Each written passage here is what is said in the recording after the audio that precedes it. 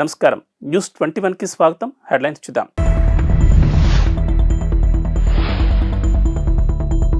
వైసీపీలో బుజ్జగింపుల పర్వం షురు. జగన్ నచ్చజెప్పిన నిర్ణయం మార్చుకోని పార్థసారథి.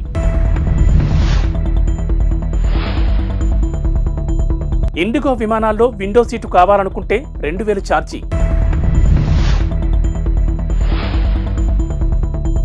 ఇండోనేషియాను కుదిపేసిన భారీ భూకంపం. నియోజకవర్గ ఇన్ఛార్జీల మార్పుతో వైసీపీలో హీటెక్కిన అసంతృప్తి తీవ్ర రూపం దాలుస్తోంది. వచ్చే ఎన్నికల్లో టికెట్ రాదని తెలిసిన నేతలు ఒక్కొక్కరుగా పార్టీని వీడేందుకు సన్నద్ధమవుతున్నారు. ఈ నేపథ్యంలో బుజ్జగింపుల పర్వం మొదలైంది. పార్టీ తీరుపై తీవ్ర అసంతృప్తితో ఉన్న పెనమలూరు ఎమ్మెల్యే కొలుసు పార్థసారథిని జగన్ నిన్న తన కార్యాలయానికి పిలిపించి 20 నిమిషాలకు పైగా మాట్లాడారు. పార్టీని వీడొద్దని, సముచిత స్థానం కల్పిస్తామని హామీ ఇచ్చినట్లు తెలుస్తోంది. అయినప్పటికీ ఆయన ముభావంగానే ఉన్నట్లు సమాచారం. వైసీపీ సాధికార బస్సు యాత్రలో పార్థసారథి ఇటీవల అందరి ముందు తన అసంతృప్తిని వెళ్లగక్కారు. జగన్ తనను గుర్తించకపోయినా పెనమనూరు ప్రజలు మాత్రం తనకు ఎప్పుడూ మద్దతుగానే ఉన్నారని పేర్కొన్నారు. ఆయన చేసిన ఈ వ్యాఖ్యలు ఊహాగానాలకు కారణమయ్యాయి. ఆయన పార్టీని వీడబోతున్నారంటూ ప్రచారం మొదలైంది. ఈ నేపథ్యంలో గత వారం రోజులుగా ఎమ్మెల్యే కైలే అనిల్ కుమార్ జగన్ సూచనతో పార్థసారథికి నచ్చజెప్పేందుకు ప్రయత్నిస్తున్నారు. అందులో భాగంగానే నిన్న ఎమ్మెల్సీ మర్రి రాజశేఖర్, అనిల్ కలిసి పార్థసారథిని ముఖ్యమంత్రి వద్దకు తీసుకెళ్లారు. అయితే జగన్తో చర్చ తర్వాత కూడా పార్థసారథి అసంతృప్తిగానే ఉన్నారని, పార్టీ వీడాలని నిర్ణయానికి కట్టుబడి ఉన్నారని ఆయన సన్నిహిత వర్గాలు తెలిపాయి. బడ్జెట్ విమానయాన సంస్థ ఇండిగో ఫ్లైట్ టికెట్ రేట్లను అప్డేట్ చేసింది. ప్రయాణికులకు సౌకర్యవంతంగా కాస్త ఎక్కువ లెగ్ రూమ్ ఉండే ముందు వరుస సీట్ల బుకింగ్పై 2000 ఫిక్స్డ్ ఛార్జ్ నిర్ణయించింది. ఇక విండో సీట్ బుకింగ్ పై 2000 ఛార్జ్ చెల్లించాల్సి ఉంటుందని ఇండిగో వెబ్సైట్ పేర్కొంది. 222 సీట్లు ఉండే A321 విమానం ముందు వరుసలో విండో సీట్ బుకింగ్ పై 2000, నడకదారి సీటు బుకింగ్ పై 1500, అదే వరుసలోని 2వ, 3వ సీట్ల బుకింగ్ పై 400 ఛార్జీలు ఉంటాయని తెలిపింది. 232 సీట్లు ఉన్న A321 ఫ్లైట్, 180 సీట్లు ఉన్న A320 ఫ్లైట్ కూడా ఇవే ఛార్జీలు వర్తిస్తాయని తెలిపింది. ప్రయాణికులు ఒకవేళ ప్రాధాన్యత సీటు అవసరం లేదనుకుంటే అదనపు ఛార్జీలు లేని సీట్ను ఎంపిక చేసుకోవచ్చు. ఎయిర్పోర్ట్లో చెక్ ఇన్ సమయంలో సీట్ను కేటాయిస్తారని ఇండిగో వెబ్సైట్ పేర్కొంది. కాగా ఇండిగో దేశంలోనే అతిపెద్ద విమానయాన సంస్థగా ఉంది. దేశీయ విమానయాన రంగంలో 60% పైగా మార్కెట్ వాటాను కలిగి ఉంది. ఇటీవల తరచూ సంభవిస్తున్న భూకంపాలతో అతలాకుతలమవుతున్న ఇండోనేషియాను భూకంపం మరోమారు కుదిపేసింది. టలౌట్ ద్వీపంలో ఈ ఉదయం 6.7 తీవ్రతతో భూకంపం సంభవించింది. ఈ కారణంగా సంభవించిన ఆస్తి ప్రాణ నష్టానికి సంబంధించిన వివరాలు తెలియరాలేదు. జాతీయ భూకంప కేంద్రం ప్రకారం భూకంపం భూమికి 80 కిలోమీటర్ల లోతులో సంభవించింది. న్యూ ఇయర్ రోజున జపాన్లో 7.6 తీవ్రతతో సంభవించిన భూకంపం పెను నష్టాన్ని కలిగించింది. దాదాపు 100 మంది ప్రాణాలు కోల్పోగా 200 మంది ఆచూకీ ఇంకా తెలియరాలేదు. గత 8 ఏళ్లలో జపాన్లో సంభవించిన భారీ భూకంపాల్లో ఇదొకటి. పుస్తక ప్రియులు ఎప్పుడిప్పుడా అని ఎదురుచూసే హైదరాబాద్ నేషనల్ బుక్ ఫేర్ తేదీలు వచ్చేశాయి. ఈ ఏడాది 36వ బుక్ ఫేర్ ఫిబ్రవరి 9 నుంచి 19 వరకు జరగనుంది. ఈ మేరకు బుక్ ఫేర్ కమిటీ సోమవారం ప్రకటించింది. ప్రతి ఏడాది మాదిరిగానే ఈసారి కూడా ఎన్టీఆర్ స్టేడియం వేదికగా దీన్ని నిర్వహించనున్నారు. ఈ మేరకు కార్యవర్గ సభ్యులు నిర్ణయించారు. బుక్ ఫేర్ ఆఫీసులో అధ్యక్షుడు జూలూరు గౌరీశంకర్ అధ్యక్షతన సోమవారం కార్యవర్గ సమావేశం జరిగింది. ఈ సమావేశంలో కోశాధికారి పి రాజేశ్వరరావు, మాజీ కార్యదర్శి శృతికాంత్ భారతి, ఉపాధ్యక్షులు నారాయణ రెడ్డి, కోయ చంద్రమోహన్, సహాయ కార్యదర్శి శోభన్ బాబు, జనార్దన్ గుప్తా, కవి యాకూబ్, శ్రీకాంత్, బాలరెడ్డి తదితరులు పాల్గొన్నారు. కమిటీ కొత్త సెక్రటరీగా ఆర్ వాసు బాధ్యతలు స్వీకరించారు. పుస్తక ప్రియులు, పాఠకులు ఈ ఏడాది బుక్ ఫేర్ అవకాశాన్ని సద్వినియోగం చేసుకోవాలని కార్యవర్గ సభ్యులు కోరారు. ఎవరి కాళ్ళు పడితే వారిని పట్టుకోవాల్సిన అవసరం తనకు లేదని, తనకు ప్రాధాన్యం ఇచ్చిన జగన్ కాళ్ళు తప్ప మరెవరివి పట్టుకోబోనని ఏపీ డిప్యూటీ సీఎం నారాయణస్వామి పేర్కొన్నారు. తాను కాళ్ళు పట్టుకున్నానంటూ వస్తున్న విమర్శలకు ఆయన ఇలా బదులిచ్చారు. ఎస్సీ నియోజకవర్గంలో టిక్కెట్ల కోసం ఇప్పుడు వస్తున్న వారు ఒకప్పుడు జగన్ను విమర్శించారని, కాబట్టి నమ్మకస్తులకు టిక్కెట్లు ఇవ్వాలని సీఎంకు విన్నవిస్తున్నట్లు చెప్పారు. స్థానిక సంస్థల ఎన్నికల్లో భాగంగా పెనుమూరులో ఓ పెద్దాయనకు బీఫారాలు ఇస్తే ఇప్పుడు ఆయన తనకు వ్యతిరేకంగా మాట్లాడుతున్నారని ఆగ్రహం వ్యక్తం చేశారు. చిత్తూరు జిల్లా ఎస్ఆర్పురం ఎంపీడీఓ కార్యాలయంలో నిర్వహించిన పింఛన్ల పంపిణీలో ఆదివారం ఆయన చేసిన ఈ వ్యాఖ్యలు నిన్నటి నుంచి వైరల్ అవుతున్నాయి. ఉక్రెయిన్ అధ్యక్షుడు జెలెన్స్కీ ఎర్రటి రంగు దుస్తులు ధరించి బెల్లీ డ్యాన్స్ చేస్తున్నట్లుగా సృష్టించిన డీప్ ఫేక్ వీడియో ఒకటి సోషల్ మీడియాలో వైరల్గా మారింది. నిజంగా ఆయనే డాన్స్ చేస్తున్నారేమో అనిపించేలా ఉన్న ఈ వీడియో ఫేక్ అని తేలింది. 16 సెకండ్ల నిడివి ఉన్న ఈ వీడియో డీప్ ఫేక్ టెక్నాలజీతో రూపొందించి రష్యన్ భాషలో క్యాప్షన్ ఇచ్చి వైరల్గా మార్చారు. అసలు ఫుటేజ్లో గుర్తు తెలియని ఓ వ్యక్తి డాన్స్ చేస్తున్నట్లుగా తేలింది. 2020 నాటి పాత వీడియో అని తేలింది. డీప్ ఫేక్ వీడియోలో జెలెన్స్కీ ప్రజాస్వామ్యాన్ని అబాస్పాలు చేస్తున్నట్లుగా పేర్కొన్నారు. విధ్వంసకారుడిగా ముద్ర వేసే ప్రయత్నం చేశారు. కాగా రాజకీయాల్లోకి ప్రవేశించక ముందు జెలెన్స్కీ వినోద రంగంలో ప్రతిభను చాటుకున్నారు.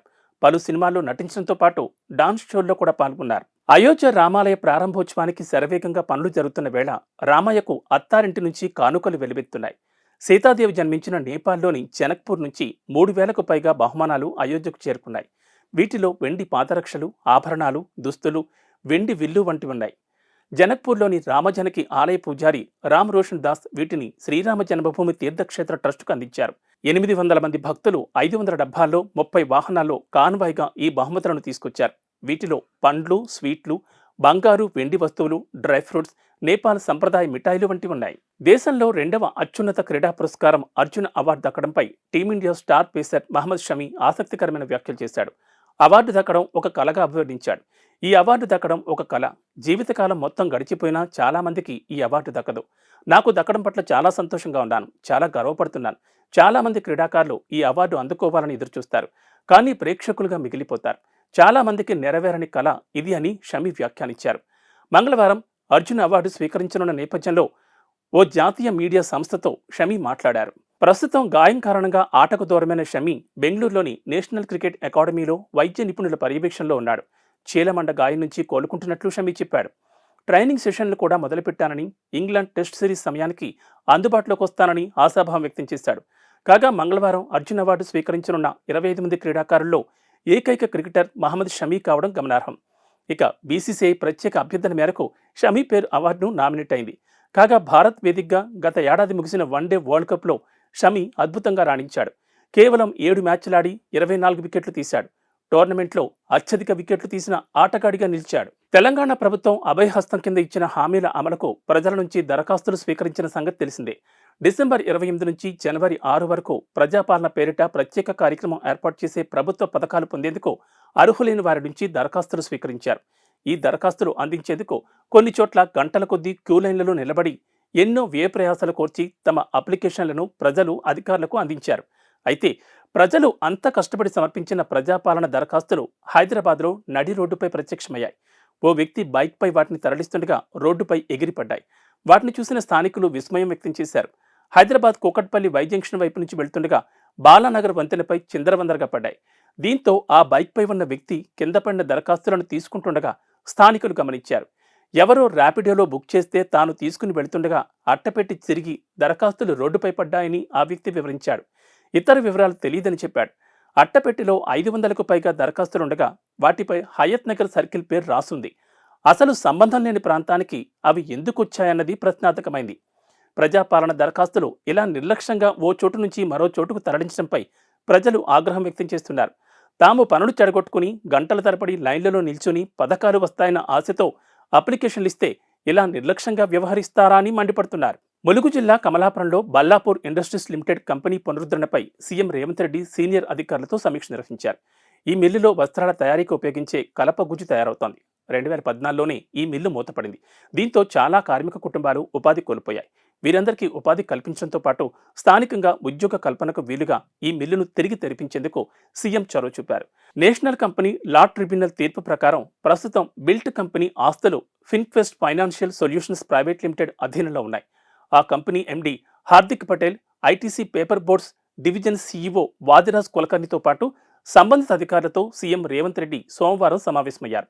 ఫ్యాక్టరీని పునరుద్ధరించాలనే ఆలోచనను వారితో పంచుకున్నారు. ప్రభుత్వం తరపున తీసుకోవలసిన చర్యలు, సాధ్యాసాధ్యాలను చర్చించారు. ఏపీఎస్ఆర్టీసీ ఉద్యోగులకు ప్రభుత్వం గుడ్ న్యూస్ చెప్పింది. నైట్ హాల్ట్ భత్యాన్ని ఫిబ్రవరి 1న జీతంతో పాటే ఇచ్చేందుకు సంస్థ ఈడీ బ్రహ్మానందరెడ్డి హామీ ఇచ్చారని ఎంప్లాయీస్ యూనియన్ తెలిపింది.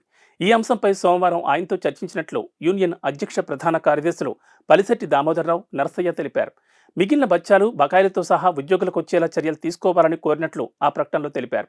మరోవైపు సంక్రాంతి పండుగ సందర్భంగా మరో శుభవార్త ఇచ్చింది. ఫిబ్రవరి 1వ తేదీ నుంచి అమలయ్యేలా కొత్త వేతనాలను వారికి చెల్లించనుంది.